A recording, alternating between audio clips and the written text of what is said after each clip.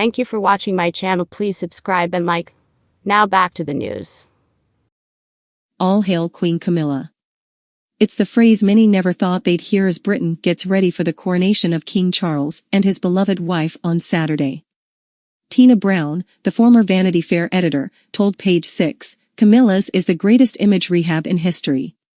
She deserves a crown just for toughing it out."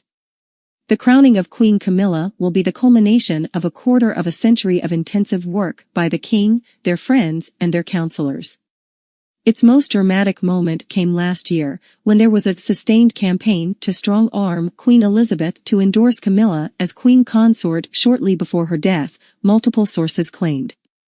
On February 5, 2022, the eve of her Platinum Jubilee, the late Queen wrote in a touching letter, "And when, in the fullness of time, my son Charles becomes king, I know you will give him and his wife Camilla the same support that you have given me, and it is my sincere wish that, when that time comes, Camilla will be known as Queen Consort as she continues her own loyal service."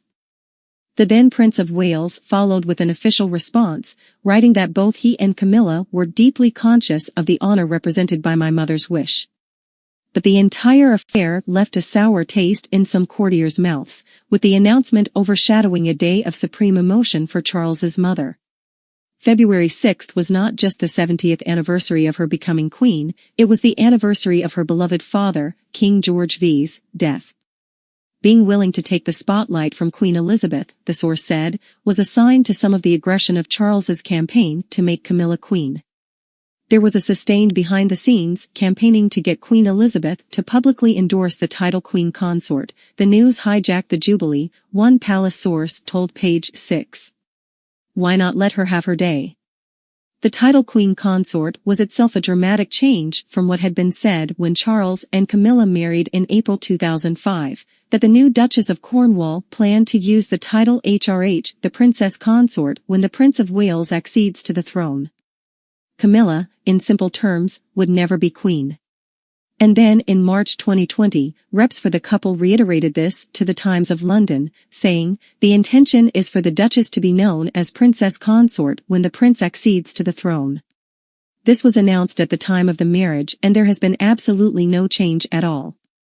But 2022's change from Princess Consort to Queen Consort was not the end. This month, when the palace released images of the coronation invitations, they referred to Camilla simply as Queen. And on Saturday she will take her place side by side with Charles, wearing Queen Mary's crown glittering with its 2,200 diamonds.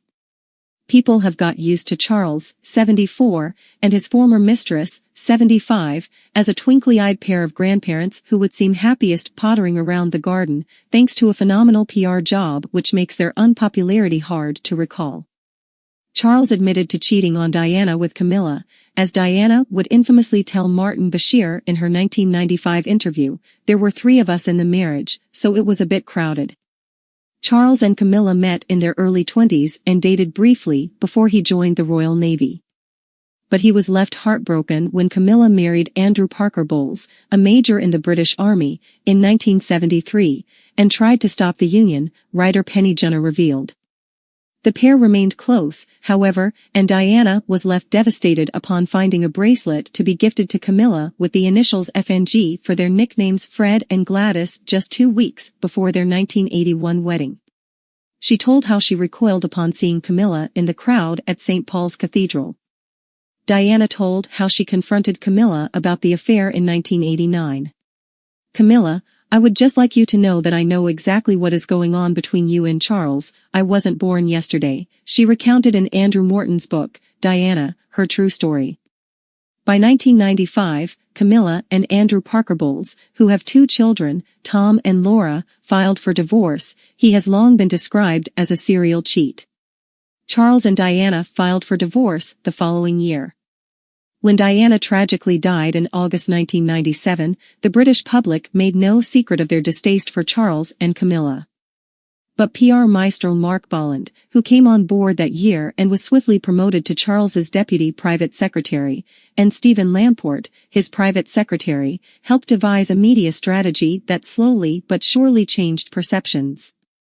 The pair orchestrated the coverage of the prince's first photographed public appearance with Camilla at the Ritz Hotel in January 1999, dubbed Operation Ritz, and of Camilla's first meeting with Queen Elizabeth in June 2000 at a private party at Charles's Highgrove house.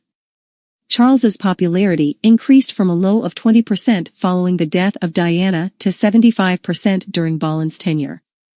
Boleyn stayed with Charles until 2002. The source close to Diana told Page 6, Mark essentially weaponized Charles's press office, and he was brought in for the purpose of the rehabilitation of Camilla. Camilla and Charles have now been married for 18 years after tying the knot in a civil ceremony, which his mother did not attend, followed by a reception at Windsor Castle. The wedding coincided with the Grand National, a fixture in the horse racing calendar. Queen Elizabeth, who was passionate about racing, began her speech by saying she had two important announcements to make.